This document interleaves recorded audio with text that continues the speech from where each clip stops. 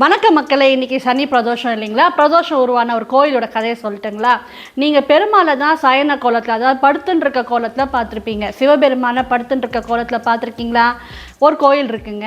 ஆந்திராவில் சித்தூர் மாவட்டத்தில் சுருட்டப்பள்ளின்ற கோயிலில் ஈஸ்வரன் பார்த்தீங்கன்னா அம்மாள் மடியில் படுத்துன்ருப்பார். ஏன் அப்படி படுத்துன்ருக்கார் அப்படின்னா, பார்க்கடலில் தேவர்களும் அசுரரும் கடையிறாங்க இல்லைங்களா?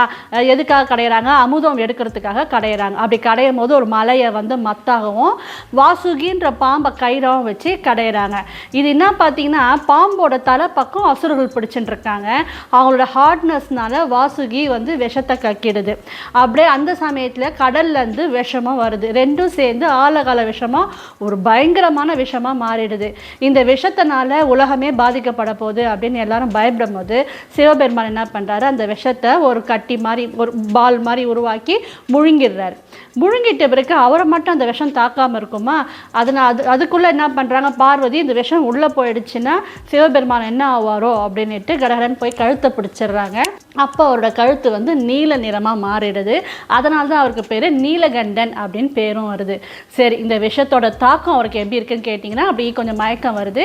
அப்படியே கொஞ்ச நேரம் பார்வதி மடியில் படுத்து தூங்குறாரு. இந்த காட்சியை இந்த சுருட்டப்பள்ளின்ற கோயிலில் நீங்கள் பார்க்கலாங்க. அங்கே ஈஸ்வரன் அம்மாள் மடியில் அழகாக படுத்துட்டுருக்கார்.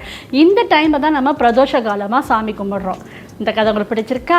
டைம் கிடைச்சா அந்த கோயில் போய் பாருங்கள். காண அவ்வளோ அழகாக இருக்கும் அந்த ஈஸ்வரனை தாயார் மடியில் படுத்துட்டு இருக்கிறது. தேங்க்ஸ் ஃபார் வாட்சிங். பாய்.